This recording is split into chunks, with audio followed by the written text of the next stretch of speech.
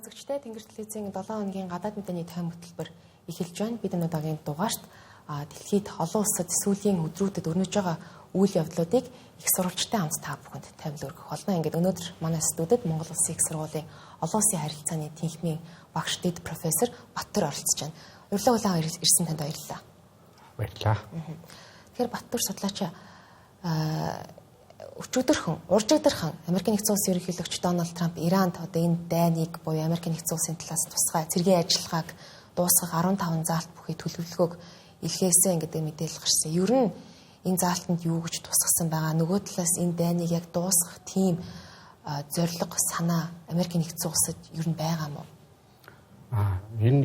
Энээс өмнө бид нар ингээд гол том ойлголтоор орё гэх юм бол ерөөсөө энэ одоо олон жил үргэлжлэж байгаа эднэрийн хооронд явагдаж байгаа тэмцэл магадгүй хэрвээ амжилттай болох юм бол тэр 70-аад оноос эхэлсэн хойш энэ 30-40 жилийн хугацаанд өрнөсөн энэ одоо үйл явдлын одоо эцэс гарч магадгүй гэж бодож байна. Хэрвээ энийг эслэж чадахгүй бол сунжирсан тийм бүс нутгийн цаашдаа дэлхийн эдийн засгийг дөргиосон том юм хямралыг бас авчирч магадгүй байгаа.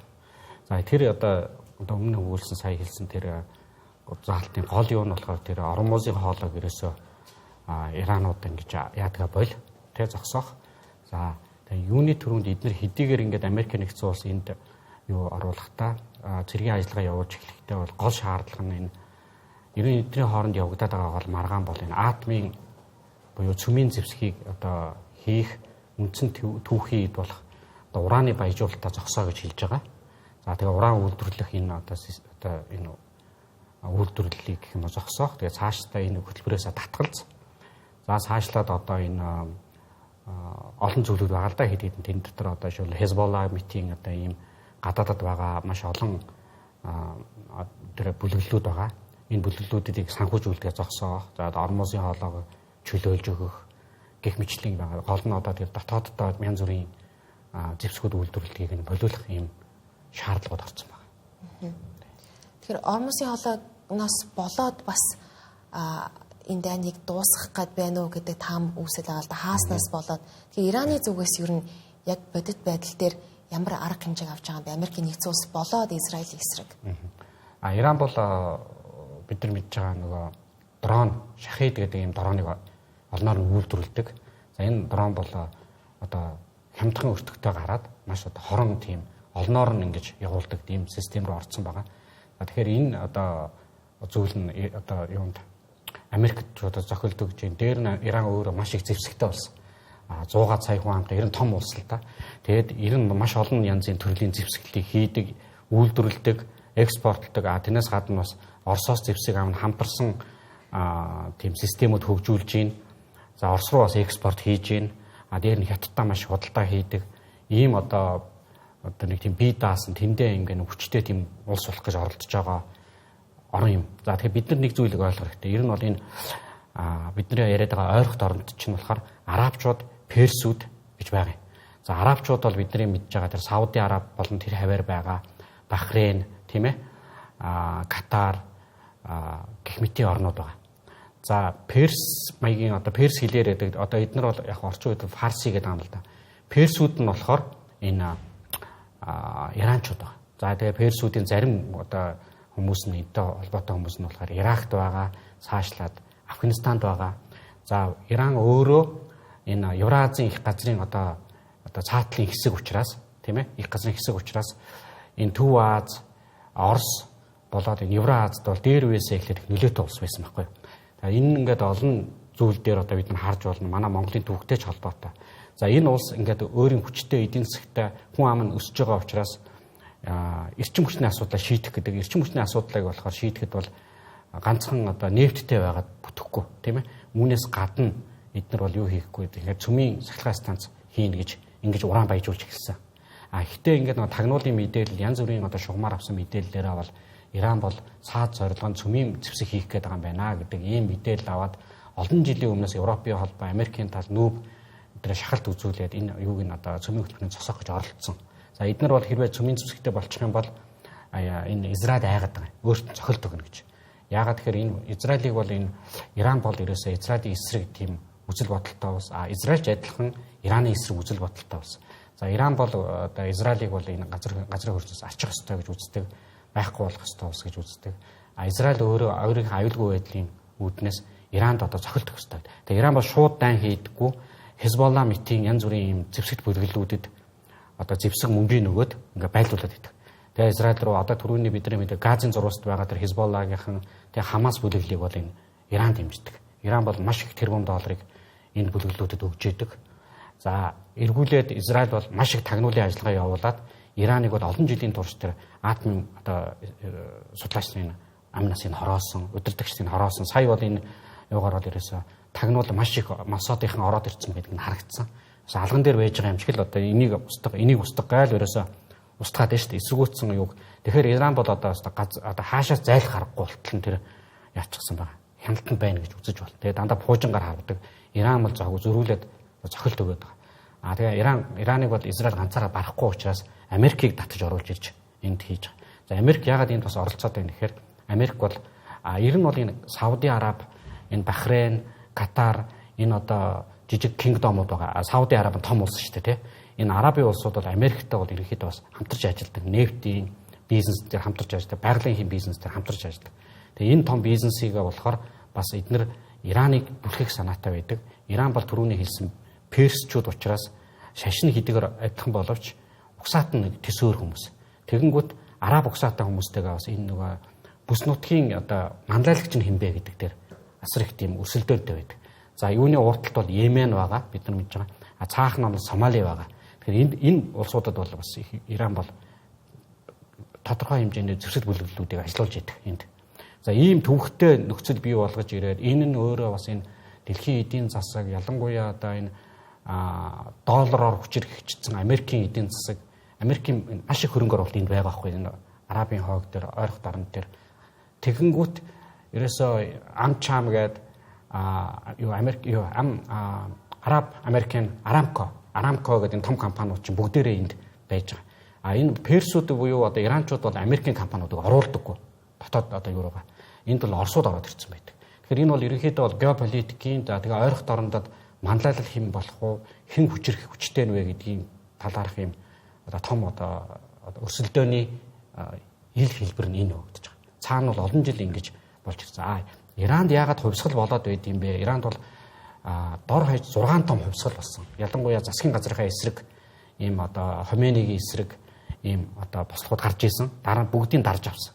Яагаад ингэж ийдгүү гэхээр Иран яадгүй гэхээр нөгөө маш их хөрөнгийг зэвсэгт бүлэглэлүүдийг санхүүжүүлж идэг. Тэр одоо их байгалийн хий нефтээс орж исэн орлогоо энэ бүлэглэлүүд тэгэхээр Ираны ард иргэд нэрийгдээ ядуу байдаг. Нөгөө мөнгөний бол Хамас гэдэг юм уу, Хезболла гэдэг юм уу, одоо Йемений эсрэг Йемент байгаа тэр бүлэглэлүүд одоо маш их хэмжээгээр санхүүжилт аваад ингээд байлдаад байгаа байхгүй. Тэгээ бид нар мэдж байгаа тэр нөгөө Йемен бас цохилт өгöd гэдэг шүү дээ. Эн чинь бас нөгөө Йемений бүлэглэлүүд дээр нь Иранууд тоглолт хийгээд бас мөнгө өгöd ингээд. Тийм учраас иранчууд өөрсдөө бид нар ядуу байна гэж засгийн газрын хэсэг тэмцэж эхэлсэн. За энэнийг ашиглаад за одоо яг энэ одоо алтан мөч байна. Энийг одоо ашиглаягээд израильчууд өөрийнхөө тэр Мосадаараа тагнуулуудаараа ингэж мэдээлэл аваад за тэгээд Америкийг ятгаад энэ дайнд ингэж оруулсан байхгүй. Гэтэл яг Ираны ард түмэн нөгөө хүлээж исэн шиг ингэж бослог гаргаагүй. Засгийн газраа унаагаад өөртөөсөө ягаад тэр Ираныг барьж байгаа тэр хүчрэх хүчин бол үнэхэрийн одоо тэр үндэсний гавард энэ төр нь бол маш хүчтэй. Дээр нь бол бас ингээ өөрийнх нь орон руу бас ингээд нэг бас дайраад гарч юм. Хэдийгээр одоо засгийн газрынхаа эсрэг байлээ ч гэсэн бас хүний зүрх сэтгэлж эх оронч үзэл байгаа шүү дээ. Энэ хоёр нь бас жоохон тийм төвөгтэй байх шиг байна. Тийм учраас Америк Израилийн хүлээж исэн шиг тэгж ард түмэн бослог гаргаагүй одоогор бол. Яг хөө тодорхой хэмжээнд бол эсэргүүцэж чинь гэхдээ эн чинь одоо аюу сонирн болчиход байгаа хгүй ингээд гадныхан дайрч явах үед өөрийнхөө эсрэг ингээд тэмцэн ихээр чинь бас нэг тийм ойлгомжгүй. Дээр нь дайны цагийн юугаар бол маш хатуу арга хэмжээ авчна. За дээр нь Иран бол одоо энэ хойд солонгос шиг одоо Орос шиг юм маш хатуу хяналттай ус очлоо. Тэгэхээр энэ хяналтыг даваад одоо ингэж давж гарна гэхэд хэцүү. Дээр нь өнөөдөр одоо байгаа тийм хүчтэй удирдагч босгоод авах тийм удирдагч байхгүй. Ихэнх нь бол улс төрийн хоригдлуудыг бол иранчууд барьж аваад шоронд хийцэн, зарим нь бол ихэнх нь бол Америк руу гараа зүгтаад явчихсан. Ийм одоо дөрвч гисэн.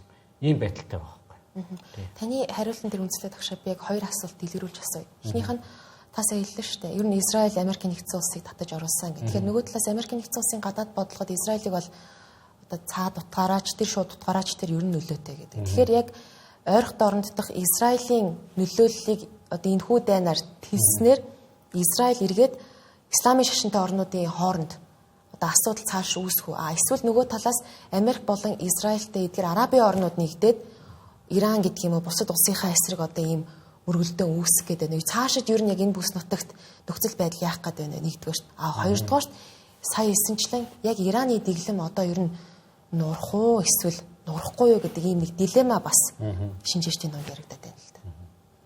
За хоёрдугаар асуултаас нь яригд бол ер нь бол унж магадaltaй байгаа.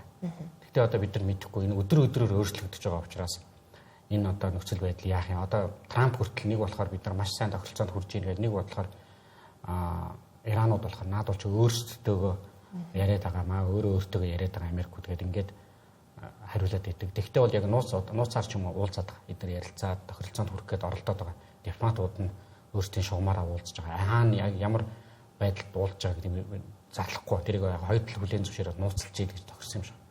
Тэгэхээр энийг бол одоо өнөөдөр хэлж мэдэхгүй. Гэхдээ ер нь бол одоо том удирдагч нарын яачих шиг боллоо тий. Одоо амийн хороочсон. Дээр нь тэр Хоменигийн хүүн болсон гэж байгаа. Гэхдээ энэ хүүн ерөөс гарч ирэхгүй байгаа. Гарч хаана байгаа гэхээр яг иймэрхүү магадлал бас байгаа. Нэгдүгээр энэ хүнийг бол маш хүнд бэртэй ч гэсэн тий. Одоо нэг газар л одоо имчилгээтэй байж байгаа. Хоёрдугаар гэх юм бол хаана нэг газараас мэдээлэл нь мэдчих юм бол бушуухан пуужи харвал устгах чинь тэр газрын том хүчтэй бөмбөгөр бөмбөгдөл. Тэгэхээр ингээд одоо бас яач болохгүй болж байгаа. За Израиль бол тэнд ямар байдалтай вэ гэхээр энэ Израиль бол сүүлийн үед бол ерөөсөө эрс ийм одоо заримдаа баг харгас хэрцгий гэмээр ийм бодлого явуулж байгаа. Яагаад тэгэхээр энэ Израиль бол үүссэн цагаас нь хойш тийм ээ энэ Арабын орнууд ялангуяа Палестины өдрөс бие бинийгээс хүлээн зөвшөөрөхгүй өнөөдөр хүрсэн. Нэг хэсэг нь болохоор улс гэж хүлээн зөвшөөрдөггүй. Нөгөө талаар гэх юм бол тэр улстай дайсагнсан бодлого явуулдаг. Тэгээ Израиль бол бид нар мэдж байгаа дөнгөж бие болоод удаагүй байж хата 5 өдрийн дайнч гэдэг юм ингээл тэр хавийнхаа орнуудтай байлдаж эхэлсэн хүмүүс. За өөрсдийнх нь зэвсэг техник бол сайн Америкаас бол маш их хэмжээний дэмжлэг тусалцаа авч яадаг. Ийм улс жил болгон л авч яадаг. За Израиль яг энэ нөхцөл байлаа гэхэд Израиль өөрөө бол тийм том улс биш байхгүй жижиг улс тийм ээ. Гэхдээ орчин тогтнохын төлөө аюулгүй байдлын төлөө ерөөсөө энэ Ливанд байгаа энэ хавьд байгаа энэ юуг хавийн улсуудыг бүгдийн нэр нь байгаа тэр бүлэглүүдийг устгахыг гэдэг юмд л хүрсэн юм байна. Ялангуяа энэ Хамасаас саяны тэр довтлохоноос хойш бол ерөөсөө урд нь бол ингээд юу болгоны хойноос хөөцөлдөг байсан байхгүй юу? Масад чинь нөгөө террорист болгоны хойноос хөөцөлдөж барьж устгадаг байсан. Одоо бол яаж юм нэхэр ерөөсөө тэр хаана байгаа тэр юутай хүүтэн л зохилдог. Ерөөсөө энэ пуужин харваа хайчи, бөмбөгтэй хайчи тэгэл ерөөсөө тэнд хүн үхэл тэр хаана одоо тэр Хамасынхан байна, хаана одоо Хизболлагийнхан байна. Тэр газрууд ерөөсөө бусад террорист бүлэглүүд тэнд нь ерөөсөө пуужин явуулаад устгаад ерөөсөө тэр хавьд хүн амьд өргөднөө өөр улс байна хамаагүй ийм хатуу юу руу орсон. За энэ нь болохоор нэг талдаа ингээд Израильдыг маш нэр хүнд унгааж байгаа бид нар мэдж байна. Гэхдээ ер нь бол ирээдүйд бол одоо ямар байдал болохыг мэдэхгүй бид нар. Гэхдээ юу байгаа юм? Ер нь цаагаараа бол юу болохоор энэ Араб орнуудтай ерөнхийдөө харилцаа гайгүй болж эхэлсэн. Ялангуяа одоо бид нар мэддэг нь Арабын Эмираттай дипломат бараг харилцаа тогтооход төлөөлөгчийн газраа байгуулад ингээ явж байгаа. За тэгээ Сауди Арабтай харилцаа сайн байгаа. Бусад улсуудтай гайгүй байгаа. Эдгээр бол юу гэж үзэж байна гэхээр бид нар бол Арабуудтайгаа ойртож болох юм байна. Гэхдээ энэнд бол Иран бол маш том саад хийх юм байна. Тийм учраас Иран байсан цагт бол энэ юу санхүүжүүлээд террорист улсуудыг одоогийн засаглал нь байгаа тохиолдолд ерөөсөө 1000 дан хийгээд Израилийг байнгын аюултай байдалд оруулж ирж байгаа учраас бид нар бол энэ одоо их үндэс болж байгаа санхүүжүүлээд байгаа энэ Ираныг л ерөөсөө одоогийн дэглэмийн үгүй хийх ёстой гэсэн ийм одоо шийдвэрт хүрээд энэ ажиллагааг явуулаад байгаа юм. Энэ одоо ерөөхдөө харагдаж байна. Тийм учраас бол Израиль бол мэдээж энэ дайнуудын дараа бол нэр хүнд нь маш их унана. Юу өмнөх одоо бас энэ чинь инновац хийдэг маш одоо смарт улс гэдэг хүндэлдэг байсан бол одоо бол ерөнхийдөө бол одоо дэлхийн дахинаараа бас жоохон жигшиж байгаа. Энэ бол үнэн. Тийм учраас бол Израиль бол энэний дараа бол хамаагүй хөдөлж чадахгүй байх гэж бодож байгаа. Америк яах чинь гэхээр Америкийн нөхцөл байдал ямар байдалд хүрч байгаа гэхээр Америк бол ингэж нэг цэрэг оруулахгүйгээр Ираныг дарчий гэж бодсон. Израилийн ятгалганд орсон.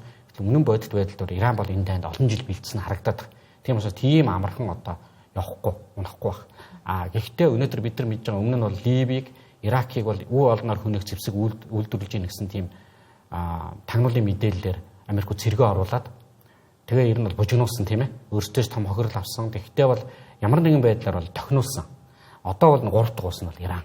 Одоо энэ юу болохоор Америкуудын ингэж одоо хилээд байгаа яаж байгаа санаа нь бол Трампын хилээд байгаа санаа бол ийм байлээ. Хэрвээ энэ цөмийн зэвсэг энэ Хоменей митийн одоо эсвэл энэ одоогийн Ираны дэглэмийн энэ одоо галзуучуудын гарт орчих юм бол энэ дэлхийн ертөнц бол жинхэнэ там болж хувирнаа. Тийм учраас Америкийн нэгдсэн улс бол хүн төрөлхтний төлөө энэ одоо этгээдүүдийг дарж авч устгаж одоо энэ юг цөмийн аюулгүй байдлыг бий болгож ийн гэсэн тийм зүйлийг яриад байгаа. Тэгээд магадгүй одоо тэрнээсээ болж ийн үү яаж ийн хятад бол ерөөсөө огт юм хэлэхгүй байна. Ерөөсөө энэ дайнд одоо уг нь бол хятад энэ Иран хоёр ч аюул ойр улсууд шүү дээ. Тэгэхэд ерөөсөө ингээд таг дугаа. Одоо их сонин хятадууд тэр юун дээр Венесуэлийг зохилд өгөөд яаж яхад дув дугаа өнгөрсөн. Одоо энэ юун дээр бол дув дугаа. Ямар ч үйлдэл гаргасангүй, ямар нэгэн одоо эсэргүүцэлж яг шүүмжилсэн. Гэхдээ ерөөсөө нэг одоо гараа хөлөвлөсөн юм шиг дув дугаа байхгүй. Альбан мэдээнүүд тийм. Тэгээ Орос ч гэсэн юу ч яахгүй. Тагнуулын мэдээлэл солилцсон л гэсэн тийм юутай байгаа. Өгөөд байна гэсэн. Энийг бол өгнөлтөө юунд Иранд, Украинд Америкууд тагнуулын мэдээ өгöd байгаа юм чинь зөрүүлээд Орос бол хариу арга хэмжээ. Яг л өгнө. Гэхдээ энэ дайны дараа одоо юу болж ийм гэхээр хятадын амбиц нь хараа өөр болцсон юм уу? Ингээ маш олон тийм одоо асуудлууд өрнөж байна. Гэхдээ эндээс харахад бол нөгөө цөмийн зэвсгийн үйл дэлгэрүүлэх гэрээ гэж юм байгаа шүү дээ. Энэ магадгүй маш магадaltaй тийм мэдээлэл аваад магадгүй хятад юм уу? Энийг цөмийн зэвсэгтэй нэг 5 6 улс байгаа шүү дээ. Эдгээр хооронд солилцсон байх гэж зүгээр хардж байгаа би зүгээр. Гэхдээ яг тэр тэгээд яг үнэхээр тийм байна гэд нөгөөдөл нь дугаа яагаад байгаа юм болов гэж харж байгаа. Хамгийн сүүлд одоо энэ юу хоёр чинь аягүй тэгээд байгаа шүү дээ. Бас энэ Европын холбоо тэн дотроос Англи, ялангуяа Франц энэ манад мэдээлэл өгөөгээд сүүлд өгсөн юм шиг байна. Тэгэхээр тэр бол ямар нэгэн тийм нэг энэ дайны хийх нэг том юу байсан. Тэгээ эдгээр энэ хэдэн хоорондоо солилцсон юм уу? Гэхдээ бид нар мэдэхгүй цаана ямар том одоо тохиролцоонууд явагдсныг. Ямар нэгэн байдлаар л одоо энэ юу хоёрыг харахад бол ерөөдөө энэ дайныг бол нөгөө цэвийн зэвсэгтэй улсууд майхтар шүүмжлэхгүй байна. Тэрийг харахад тийм нэг зүгээр бодол төрсөн л та. Тийм дүгнэлт төрсөн. Трамп сая ясанчлаад ингээ хамгийн нэг устгаад ер нь ингээ дэлхийг аврах гээд байна тийм. Өөрөө ч гэсэн бүр ерөнхийлөгчнэр дэвшгээсээ өмнө дэлхийд инх тайвныг авчин сая бүр Нобелийн шагналж авъя гэд альбан босоорч Венесуэлийн сөрөг өдөртөгчөөс ер нь бол авчих шиг боллоо. Тэгэхээр таны зүгээр судлаачийн хувь хүний үзэл бодлыг би асуух гэдэг. Трамп үнэхээр эдгээр шийдэмгийн гадаад бодлогыг нэг талаас жанжиллын гадаад бодлогыг явуулснараа дэлхийн ертөнцийг одоо дайныг дуусгаад цэвэрлэх гээд байгаа мó эсвэл өөр санаатай яваад байгаа мó? Энэ дээр яг нэг хоёрыг харагдаад байгаа. Нэгдүгээр нь бол одоо сөрөг талаас нь харах юм бол Америк бол энэ цэрэг аж үйлдвэрийнхаа одоо юу дэмжиж, эдийн засгаа дэмжиж энэ дайныг явуулж байна. Яг тэр энэ аюу хүнтэй буужингуудыг зүгээр хайр найргүй харж байгаа байхгүй. Нөгөө юунд өгдөггүй Першингийгаа томхаавх гэдэг одоо оновч сайтай асар үнэтэй олон сая долларын буужинг зүгээр бараг л ус цацж байгаа юм шиг л харвалаа сая бол. За дээр нь бол энд бол маш их тэм цэргийн ажиллагаанууд явуулж байна. Тэгэхээр бол Америк дандаа юм давхар тооцоотой юм хийдэг байхгүй юу. Нэгдүгээрт бол юугаа хийн. Мэдээж нэг одоо том шалтгаан ярина. Шалтгаан хэлнэ. Тэгэхдээ хажуугаар нь бол энэ Америкийн эдийн засгийн чинь гол одоо бүрдүүлж байгаа зүйл нь бол энэ цэрэг аж үйлдвэрийн төсвүүд. Дээр нь энэ Сауди Араби эдгээр чинь болохоор Америкийн том одоо түншүүд холбоотууд хамтарч нефтний бизнес хийдэг юм дэлхийг барьцсан хэдэн том нөхдүүд байгаа байхгүй юу. Тэгэхээр эднэртэй хамт бас том тохиролцоонууд байдаг учраас энийгээ бас харж үзэж байгаа. Дээр нь гуравт нь бол мань нөхөр бол за бас ингээд нэг тийм Ираныг олон жил ингээд сунжирсан дайныг ер нь дуусгая. Энэ бол ингээд би түрүүн хэлсэн ил далд бол маш их юм тэмцэл явагдаж байсан. Энэ бол өнөөдрийг хүртэл бол ер нь бол энэ одоо атомын зэвсэг хийж байгаа юм уусыг энэч буудаж алаад ерөөсөө юу бол юуны цэргийн хамгааллагч нар энэч хороогоод Мосадынхан бол их дайралт хийсэн. Хажууд нь Америкууд бол маш их мэдээлэл өгсөн. Эдний хооронд ийм том уялдаатай юмнууд явагдаад байгаа. За тэгээд дээр нь бол яаж юм нэхэр одоо бид нар ингээ харах юм бол энэ Иран бол Оросын маш их одоо ойрын түншин тийм ээ. Тэгэхээр одоо энэ Оросыг бас Венесуэл байсан. Тэгэхээр энэ нөгөө Куб байсан. Энэ одоо Хятад Орос хоёрын энэ түншүүдийг зайлуулж байна. Тэгэхдээ хамгийн гол юм нь болохоор саяны тэр ихний асуулт бол яг зөв. Яг үнэхээр одоо энэ нэг талаас харахад бол Америк яа харахгүй бол цэрэг аж үйлдвэрийнхаа империалист улс учраас тэр бодлогоо явуулаад байгаа байхгүй. Нөгөө талаас харуул хэрвээ энэ дайныг амжилттай дуусгах чадах юм бол маш их нэр хүнд нь бас өсөх магадлал байгаа. Тэгэхдээ ер нь бол өнөөдөр та бид нар харж байна. Одоо бид нар ерөөсөө дэлхийд даяар бол Америкийн одоо энэ цэргийн энэ ажиллагаануудыг дэмжихэ байчихэд. Иран бол үнэхээр одоо нөгөө нэг одоо шууд занал хийсэн imminent threat гэдэг те одоо яг тийм байсан юм уу юм уу бид нар мэдэхгүй шүү дээ. Хэн бол тэгсэн шүү дээ. Бид нар тавсан Трамп бол бид нар тавсан мэдээллээр бол ерөөсөө Иран бол манад ингэж дайрахгүй бол манайх руу дайрах гэдээсэн. Тэгэхээр Иран бол тэгтлээ бас дайрах юу л бол Америк руу шүү дээ. Тэ. А Израиль руу бол цохилдог зөндөөл одоо нөгөө прокси war гэдэг шүү дээ. Хүний гараар могоо бариулдаг ажиллагааг бол олон жил явуулж байгаа. А гэхдээ Америк руу бол арай яаж чадахгүй. А тэгвэл нөгөө талаар гэвэл энэ бидний хооронд бас нэг юм Израиль Америкийн хооронд одоо холбоотны тийм нэг юмнууд байна. Тэгээ энийг бид нар сайн судалмаар юм шиг байна. Яагаад тэгэхээр жишээлбэл Өмнөд Солонгос, Япон, Америкийн хооронд холбоотны гэрээ гэж байна. За энэ яагаад гэхээр энэ нэг улс руу товтлогол хийх юм бол өөрлөөн дайн зарласан гэж үзээд нөгөө хоёр нь шууд автоматар ордог. Тэгэхээр Израиль Америкийн хооронд холбоотны гэрээ байдгүй ямар байдлаар энэ гэрээ байгуулагдсан байдгийг бид нар сайн үзэх хэрэгтэй юм шиг байна. Хэрвээ тийм одоо заалт бүхий гэрээ байдаг бол энэ бол яхахгүй холбоотныхаа үүргийг гүйцэтгэж явж байгаа үйл ажиллагаа. Гэхдээ бол яг үндэ эсрэгээрээ ингээд эргээрээ бодох юм бол яг ийм аюул байсан юмаа гэж бид нар Иранд бол ийм атомын зүсгийг хөгжүүлж исэн ийм зовлон байна гэж үзсэн ч гэсэн Америк бол яхахгүй л өмнө нь тэгсэн шүү дээ. Энд чинь гарч ирэхтэй. Энэ тэнд дэлхийд нэг хямрал үүсвүүд бид нар Америк руу очиж одоо тэрийг шийдэх гэж явахгүй гэж хэлчихэд одоо тэгвэл яагаад энэ дээр ороод ирж байгаа тийм ээ.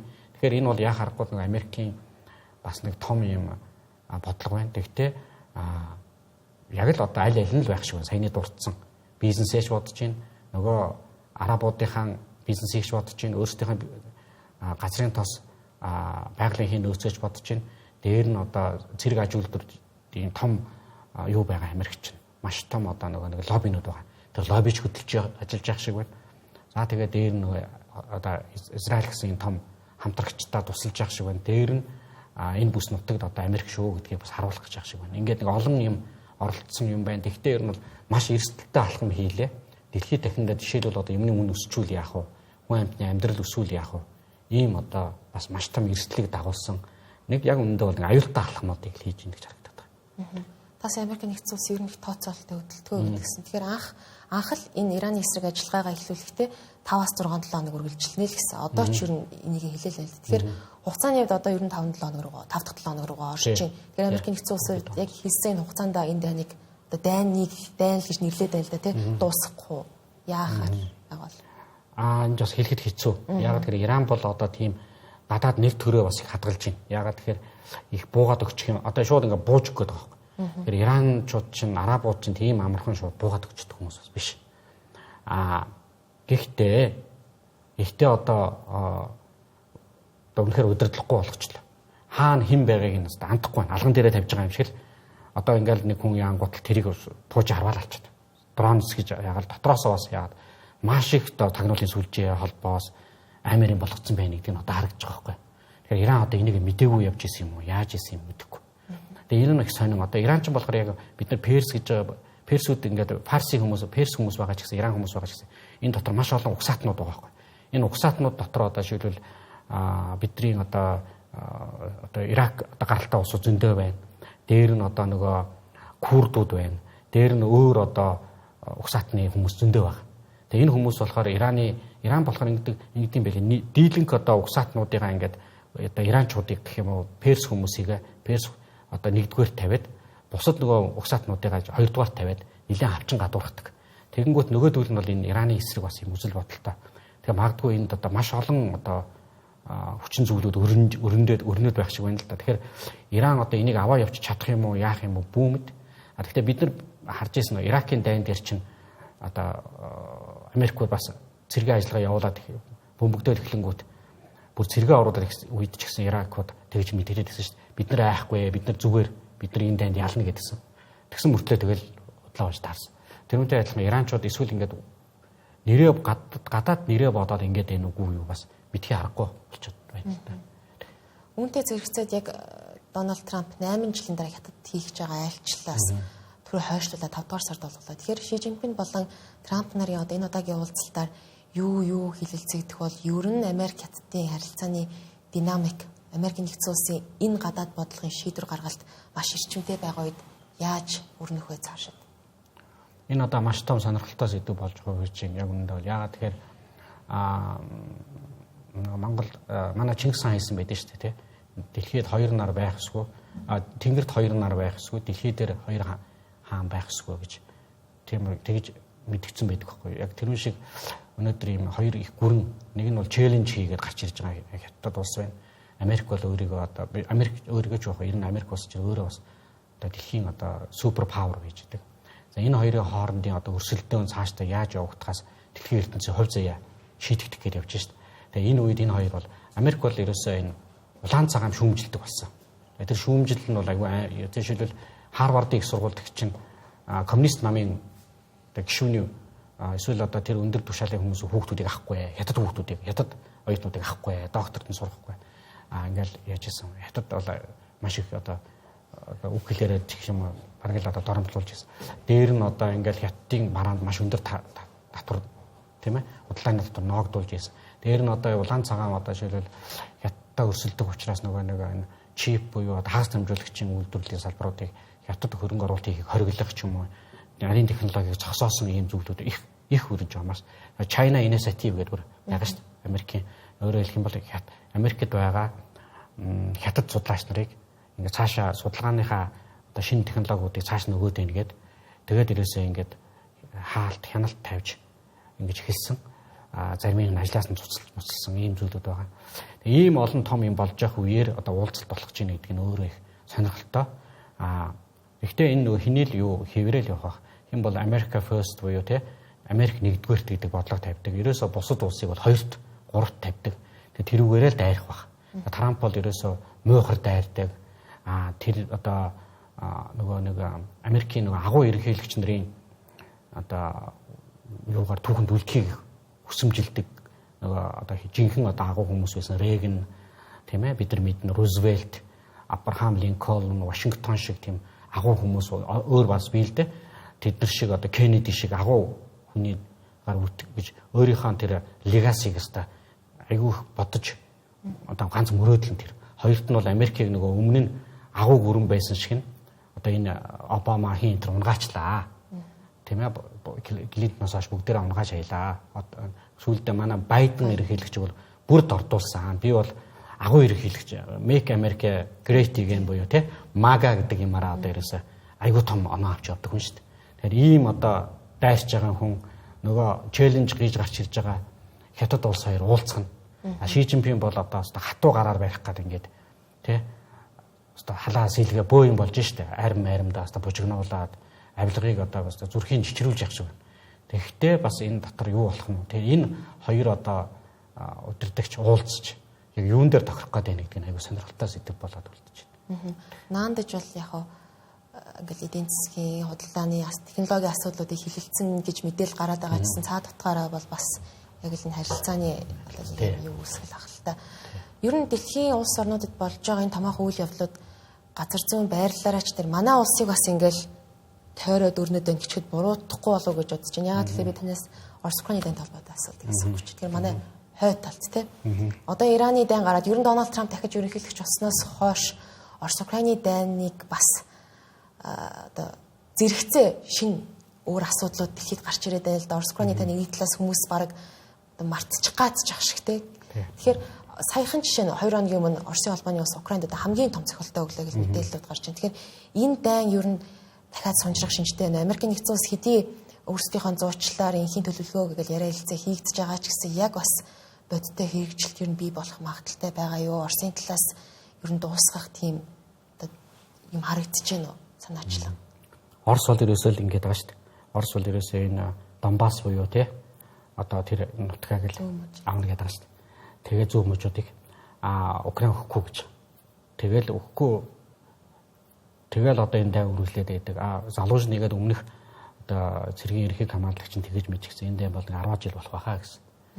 Яагаад энэ дай ингэж удаад сунжраад байна гэхээр нэгдүгээр за газар нутаг эх орныхаа хэсгээс бид нэр өгөхгүй гэсэн нэг тийм юу болоод яваад байна. Хоёрдугаарт нь ерөөсөө гол бас нэг юм нь болохоор энэ технологи ойролцоо төвчний улсууд 1000 байлдаад ерөөсөө нэг нь ч ялдгүй юм байна, нөгөөх нь ч ялагддаггүй юм байна. Хохироогоод энэ хохирол бол учраад байна. Гэхдээ ийм одоо өндөр технологийн улс л ялна. Одоогийн дан ерөөсөө тийм болсон. Тэгэхээр энэ өндөр технологи одоо өнөөдрийн технологи бол дрон байна. Тэгэхээр аль аль нь хийчихэж байна. Пуужин байна. Аль аль нь пуужин байна рүүгээ харваад байна. Хэрвээ одоо Америкууд тэр холын тусгалтай пуужингуудаа өгөхгүй байна л одоо өгчих юм бол ахаад бүр бална. Нөгөө украинчууд харваал эхэлнэ. За тэгэхээр ерөөсөө энэ хүний хүчин зүйл их багасчихсан. Технологийн хүчин зүйл ихсчихсэн. Энэ үед бол энэ дан бол дуусахгүй гэж одоо нөгөө залуучны чинь тэгээд байгаа шүү дээ. Энэ бол 10 жилч болох магадaltaй дан. Тэгэхээр хэрвээ тэгэх юм бол Украин бол бүрэн сүйнээ цүүрнэ. Яагаад тэгэхээр энэ удах тусмал Украин чинь Оросын жижиг эдийн засагтай улс байгалийн шууд одоо нефтийн юуны юм бол бага. Орос бол ерөөсөө одоо ингээл дайм болоход Оросын юу яг хэдэн тэрбум доллар ингээл тэрланаар нь олоод авч байгаа байхгүй. Рублээрээ. Тэгэнгүүт ерөөсөө шахагдшгүй их гэмээр их тийм байгалийн нөөцтэй Орос улс бол дорхноо босоод ир. Шахагдах баялагтай Украин улс бол сүгдэж унана. Гэтэл цаана нь одоо нөгөө геополитикийн хувьд болохоор хэрвээ Украиныг дараад авах юм бол бусад нөгөө НАТОгийн жижиг улсууд бол айгаад байгаа. Тийм учраас ингээд аль болохоор дэмжиж ингээд дараагийн байн бол бид нар болно. Оросын давталгааны гэсэн ийм одоо айдастай хардталтай яваад байгаа. Тэгэхээр энэ дайн бол одоо ингээд хэрвээ энэ янзаараа бол мэд дуусахгүй. Яг л одоо адилхан төвшний технологийн юу руу орж ийн. За харин бүр цаашдаа AI-г ашиглаж эхэлж байна. Тэгэхээр тэр нөгөө нэг Зеленскийн хэлсэн байлуу сая нэг бас мэдээлэл хийсэн байсан. Англид очиод хэрвээ энэ AI-г ингэж наривчилж ингэж цэргийн зэвсэг рүү оруулаад авах юм бол сүүлдээ эдгээр чинь одоо хүн төрөлхтөн рүү товтлогоо хийвэл яах юм бэ гэсэн нэг тийм юу руу юм хэлжсэн.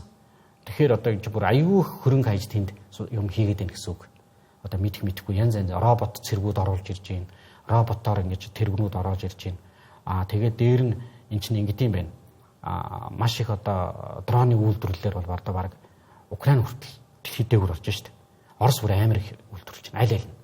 Тэгэхээр чи эн чинь бүр эцэстөгсгөлгүй юм юу ялч. Тэгэхээр чи ингээд байгаа бүх байгууламж болж устгаж болох бүх юмаа устгаад авах юм бол одоо 5 жилийн дараа гэхэд юу л болох бол бид нар одоо бидэхгүй байгаа чи юмруу л орж штэ. Тэгэхээр эдгээр дайнаа зогсоох хэрэгтэй байна. Дайны зогсоохонд бол Трамп бол нэлээд оролцсон. Тэгээд Трамп бол ингэж хэлсэн юм байлаа сүүлдээ. За тэр юуг нөгөө тэр зүүн бүжүүдийн үг Донбассын тий Оросд өгч. Бууж өг. За тэгээд тэнд нь ямар нэгэн байдлаар одоо инхийг сахиулах хүчин ажилуулад тэгээд энэ дайныг зогсооё. Тэгэхгүй бол одоо нэмэргүүн байна. Нөгөө хин чин зөндөө Виткоф энэ төр гэдэг нөгөө тусгаад элчүүд нь очиж нэлээд олон удаа уулзсан. Ерөөсөө тэрийг л тавиад байгаа Оросууд. Тэрнээс наан бол бид нар энэ дайныг тэр Орос одоо өнөөдөр ийм болцсон.